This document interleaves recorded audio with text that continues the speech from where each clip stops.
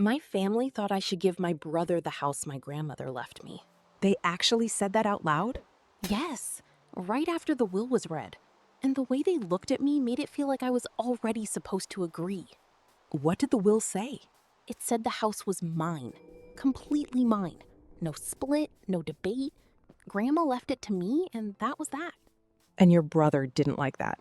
Not even a little. He leaned forward and said Grandma must have been confused. Then he said I didn't need a house because I was single and didn't have a real family to support. Wow, he really said that to your face? In front of everyone. And my mother didn't correct him. She actually sighed like I was making things difficult by not agreeing. Let me guess. She said family comes first? Exactly. She said I should think about what was best for the family, not just what I wanted. And your father?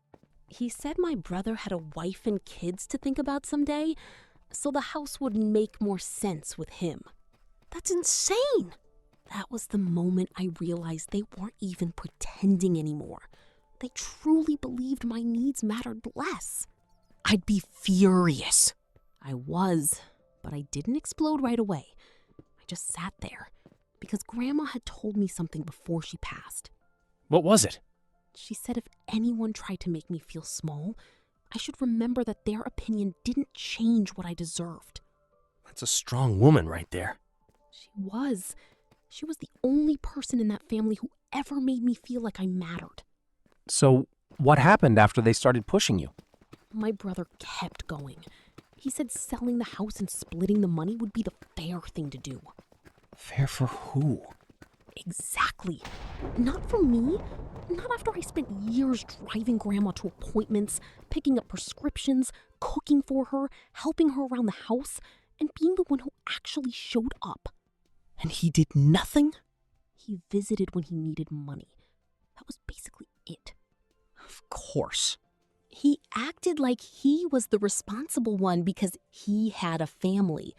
But he never lifted a finger for Grandma when she actually needed help. So you told him no? Yes.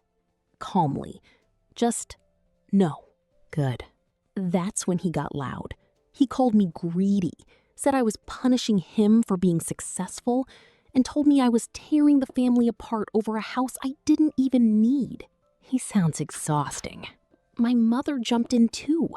She said Grandma would be disappointed if she saw what I was doing. That's cold. It was meant to make me fold. I could see that now. They thought guilt would work because it always had before. Did it? Not this time. Because I remembered the letter Grandma left me. She left you a letter? Yes, a long one. I had kept it unopened because I knew this was exactly the kind of moment it was meant for. Smart. So I opened it right there in front of them. And Grandma wrote that she knew exactly what would happen after she died. She knew my brother would suddenly act entitled. She knew my parents would expect me to give in like I always had. Wow. She also wrote that the house was hers to leave, and she chose me because I was the one who cared, helped, and stayed. That must have hit hard. It did. Especially because she wrote that she had watched me be expected to give up more and more of myself for my brother my entire life. She saw everything. Every bit of it. She said this was her way of giving me something that was mine alone, without guilt, without pressure, and without asking permission. That's beautiful. It was. And suddenly the room got quiet. Nobody knew what to say. My brother went silent. My mother stopped crying. My father just stared at the letter like he couldn't believe Grandma had seen through all of them too. Did they finally back off? Not immediately. My brother still tried one last time.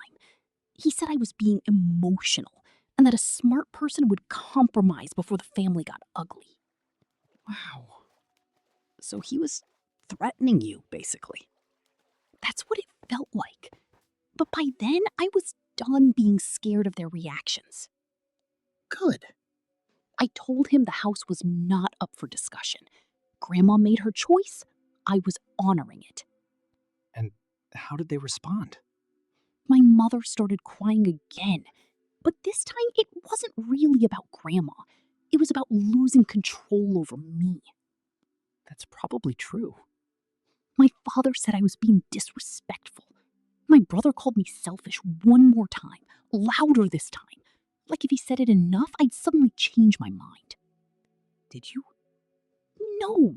I stood up and told them I wasn't giving away the one thing Grandma left me because they were uncomfortable with it. That's powerful. My brother looked like he wanted to argue again, but there was nothing left to say. So you kept the house? I kept it. And after that, I stopped apologizing every time they got upset. Honestly, that sounds like freedom. It was. For the first time in my life, I didn't feel guilty for being chosen. That's a big deal. It is. Grandma didn't just leave me a house. She left me proof that I was worth protecting. I love that. And I needed that proof because after that day, I never looked at my family the same way again. Did things get better? Not with them, but I got better. I got stronger.